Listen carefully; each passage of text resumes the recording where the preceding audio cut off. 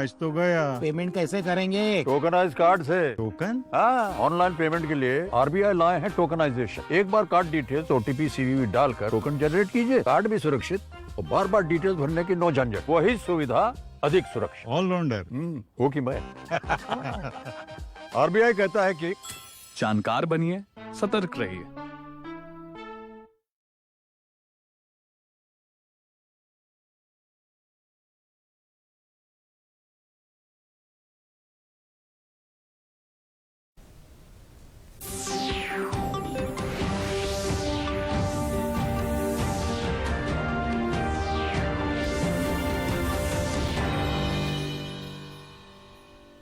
नमस्कार, उत्तराखंड समाचार में आपका स्वागत है। मैं हिना जोशी। आइए सबसे पहले नजर डालते हैं आज के मुख्य समाचारों पर।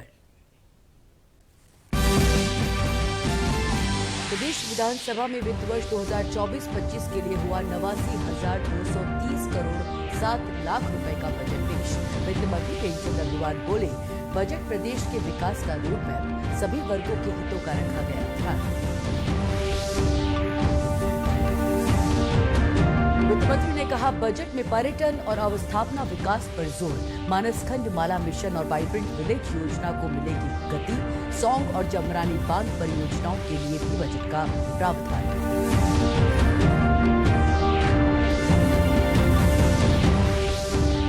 भारतीय सेना में अग्निवीर भर्ती प्रक्रिया जारी। 22 मार्च है आवेदन करने की अंतिम तिथि। महिला सेना, पुलिस, फार्मा और नर्सिंग असिस्टेंट पदों पर होगी भर्ती।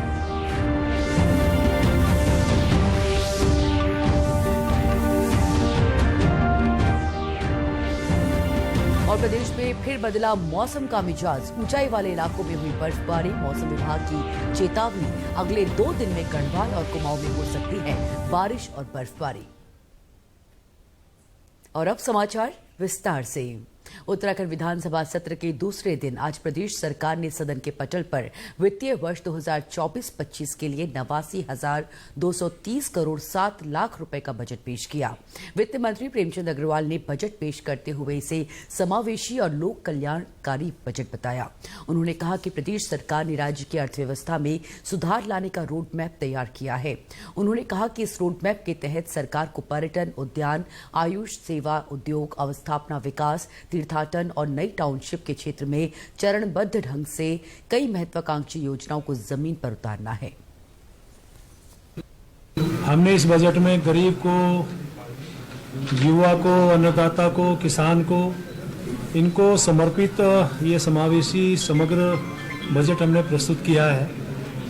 और अब जानेंगे कि हमारी सरकार ने इसमें गरीब कल्याण के लिए लगभग 5658 करोड़ का प्रावधान किया है, जिसमें गरीबों के आवास के लिए 93 करोड़, खाद्यान्न आपूर्ति के लिए 600 करोड़ और इसी प्रकार से जो निःशुल्क गैस रिफिल है 55 करोड़ का, उसमें उनको प्रावधान किया है।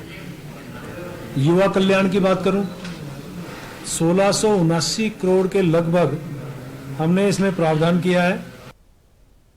बजट में स्वास्थ्य और शिक्षा पर कुल 15,376 करोड़ का प्रावधान रखा गया है। इनमें राष्ट्रीय स्वास्थ्य मिशन में 1,010 करोड़, अटल आयुष्मान उत्तराखंड योजना में 500 करोड़ का प्रावधान किया गया है।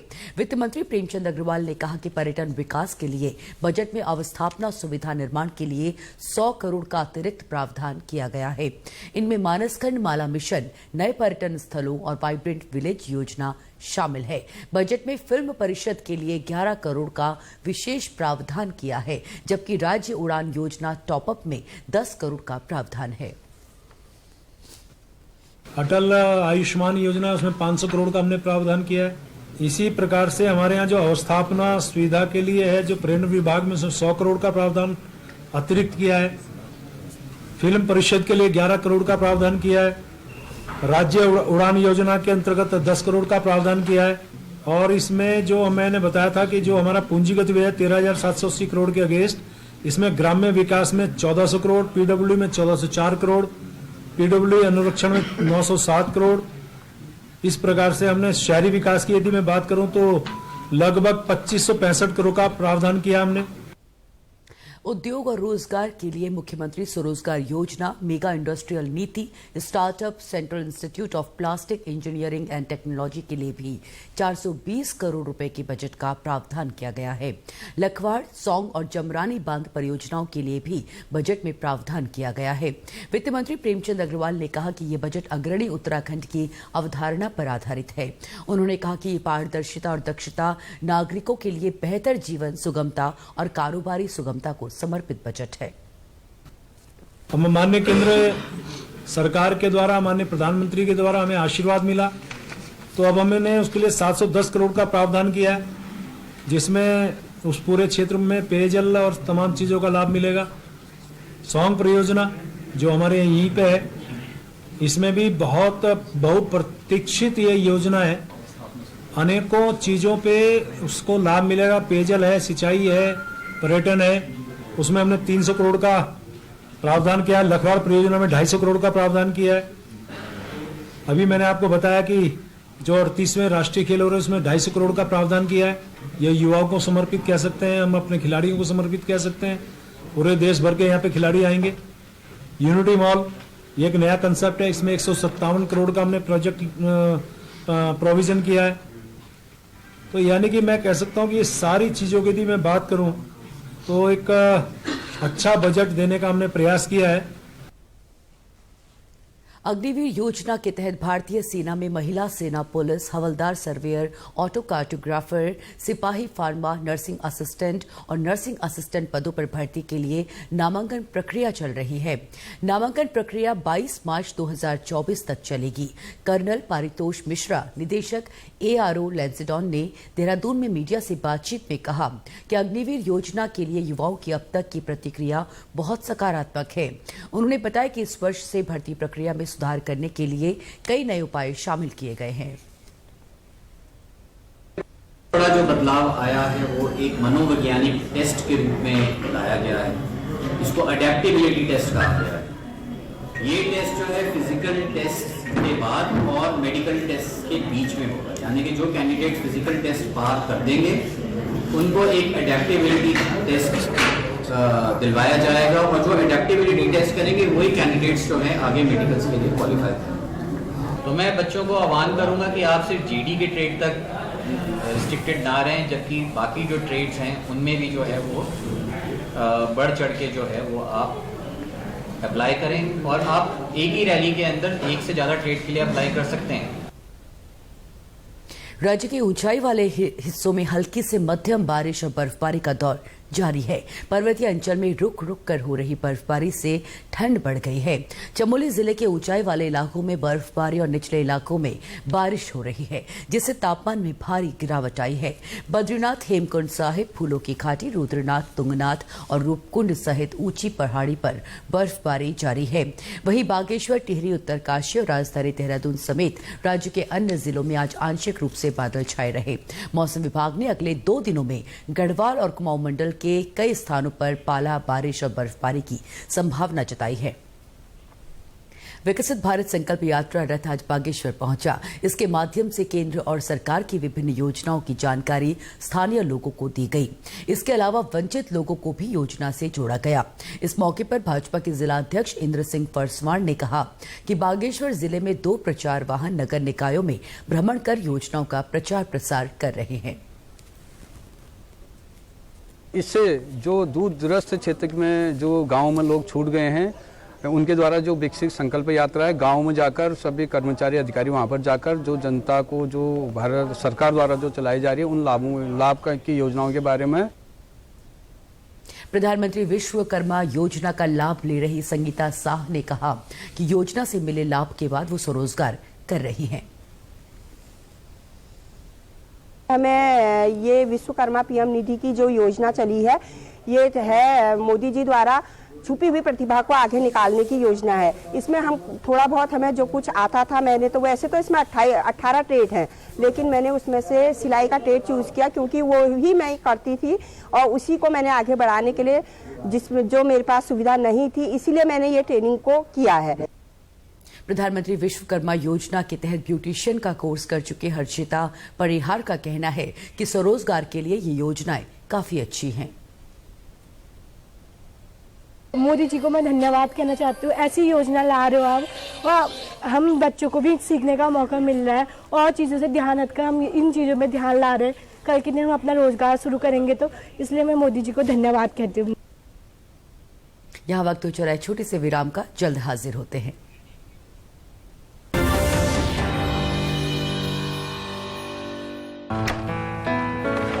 पापा ये सब? हाँ, जो चीजें सालों से बेवजह पड़ी हो उन्हें हटा देना चाहिए। ये भी दादाजी की पुरानी पासबुक और एफडी। अरे ये कैसे रह गया? पैसे गए? नहीं, उपाय है। बैंक खाते को संचालित करते रहना चाहिए, वरना खाता इनऑपरेटिव हो जाता है। ऐसे में बैंक से संपर्क करें, खाता सक्रिय करवाएं और आपकी रकम जो है उसे ब्याज समेत क्लेम करें। दादू ये आरबीआई कहता है जानकार बनिए, सतर्क रहिए। सही कह रहा है। विराम के बाद आप सभी का पुनः स्वागत। देश में लोकसभा चुनाव की तैयारियां जोरों पर है। इसके तहत प्रदेश में भी लोगों को मतदान के प्रति जागरूक किया जा रहा है।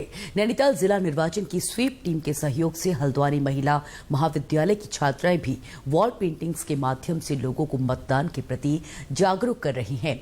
कॉलेज की छात्राओं ने शहर में जगह जगह वॉल पेंटिंग्स की है। इसके माध्यम से लोगों को मतदान करने के संदेश दिए गए हैं। महिला कॉलेज की एक छात्रा रितिका बिस्ट ने बताया कि उन्होंने मतदान जागरूकता को लेकर कई तरह के संदेश देती पेंटिंग्स बनाई हैं। इसमें हमने बहुत कुछ दर्शाया, जैसे कि ये डिसेबल्ड है लेकिन फिर भी वोट देने आया है। इससे पता चलता है कि मतलब सब लोग अपना अपना वोट देने के लिए आ रहे हैं। दूसरा हमने ये बना रखा है, ये नेता है, ये रिश्वत दे रहा है, तो ये गलत है और हमें ऐसे नेताओं को वोट नहीं देना चाहिए। और वहाँ हमने वोट के लिए बना रखा है सभी के उंगलियां दिखा रखी है, ताकि कि मतलब सभी ने वोट दे रखा है, ये पता चल सके।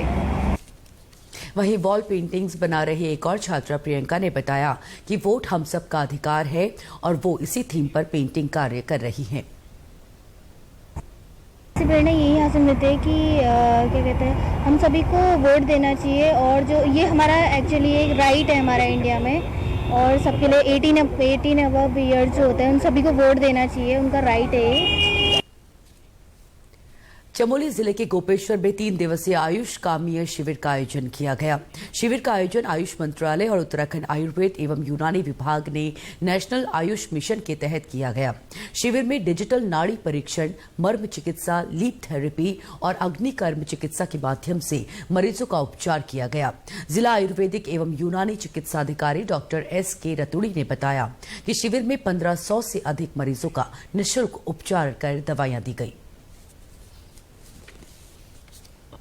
भारत सरकार और आयुष मंत्रालय उत्तराखंड शासन के द्वारा दिए गए निर्देशों के क्रम में उत्तराखंड के सभी जनपदों के जनपद मुख्यालयों में नेशनल आयुष मिशन के अंतर्गत 3 दिवसीय बृहद आयुष कामीय शिविर का आयोजन किया गया, जिसमें जनता का अपार उत्साह देखने को मिला। इसमें आयुष की विभिन्न विधाओं के माध्यम से और विशेषज्ञ चिकित्सकों के द्वारा आम जनमानस को आयुर्वेदिक चिकित्सा का लाभ दिया गया। इसमें होम्योपैथी का भी सहयोग लिया गया और आयुष की विशेष पद्धतियां जैसे पंचकर्म चिकित्सा है, नाड़ी परीक्षा है, प्रकृति परीक्षण है, जो इसके साथ ही हम जो है अग्निकर्म है, क्षार चिकित्सा है, इस आदि चिकित्सा के माध्यम से और तथा साथ में योग के माध्यम से योग के बारे में जानकारी दी गई। इस मौके पर शिविर में लाभ लेने वाले मरीजों ने भी अपने अनुभव साझा किए। मैं यहाँ पर अपने स्वास्थ्य परीक्षण कराने आई थी और मुझे दवाई मिली और मैं इसके स्वास्थ्य विभाग के लिए बहुत बहुत धन्यवाद करती हूँ। आज मैं कैंप में अपने और यहाँ से आयुर्वेदिक चेकअप और दवाई लेके जा रही हूँ। संस्कृति विभाग उत्तराखंड के सहयोग से नगर पालिका दुगड्डा की ओर से दुगड्डा में चल रहे 3 दिवसीय राजकीय शहीद मेले का आज समापन हो गया। मेले में क्षेत्र के स्कूली बच्चों, महिला मंगल दलों और युवाओं ने प्रतिभाग किया। इस मौके पर गढ़वाल सांसद तीरथ सिंह रावत ने कहा कि मेले हमारी संस्कृति और सभ्यता के प्रतीक होते हैं। उन्होंने कहा कि हमें हमेशा क्रांतिकारियों के त्याग और बलिदान का सदा स्मरण करना चाहिए। मैं कह सकता हूं कि अपनी संस्कृति को जीवित करने का काम यही मेला कर रहे हैं। उन शहीदों को मैं तो नमन करता हूं कि दुगड्डा के अंदर अभी जो शहीद मेला और हो रहा है, जिसमें कवि अपने चंद्रशेखर आज़ाद और भवानी रावत जो एक क्रांतिकारी थे, और सुना कि उन्होंने उनके यहाँ भी निवास किया है, तो उनकी याद में ये मेला। वहीं नाथुपुर के क्रांतिकारी भवानी सिंह के पुत्र जगमोहन सिंह रावत ने कहा कि सन 1930 में चंद्रशेखर आजाद भवानी सिंह रावत के साथ अपने कुछ अन्य साथियों के साथ छिपते हुए नाथुपुर गांव गए। यहां उन्होंने भवानी सिंह रावत सहित अपने कुछ साथियों को निकटवर्ती नौड़ी के जंगल में पिस्तौल चलाना सिखाया था। चंद्रशेखर आजाद के बलिदान दिवस पर हम उन्हें याद कर रहे हैं। जनपद पौड़ी गढ़वाल के नाथुपुर निवासी क्रांतिकारी भवानी सिंह रावत, जो कि चंद्रशेखर आजाद के अनन्य सहयोगी थे, जुलाई माह के दूसरे सप्ताह में 1930 में वो रामचंद्र, छहल बिहारी, विशंबर दयाल और हजारीलाल युवा क्रांतिकारियों के साथ गोपनीय रूप से जो है नाथुपुर पधारे थे। एक सप्ताह यहाँ पे उन्होंने नौड़ी जंगल में शस्त्र प्रशिक्षण लिया था और वापस जाते हुए उन्होंने एक पेड़ पे अपने अचूक निशाने का प्रदर्शन किया था, जिसके सिर्फ अवशेष ही अब बचे हुए हैं। और जो ये मेला दुगड्डे में आयोजित किया जाता है 1971 से जो है क्रांतिकारी भवानी सिंह रावत ने इसी स्थान पे एक सूक्ष्म रूप में इसको जो है शुरू कराया था, जो कि आज राजकीय मेला घोषित होने के बाद एक बृहद स्तर पे जो है इसका आयोजन किया जा रहा है। उत्तराखंड के समाचारों में आज बस इतना ही। हमें दीजिए इजाजत। नमस्कार।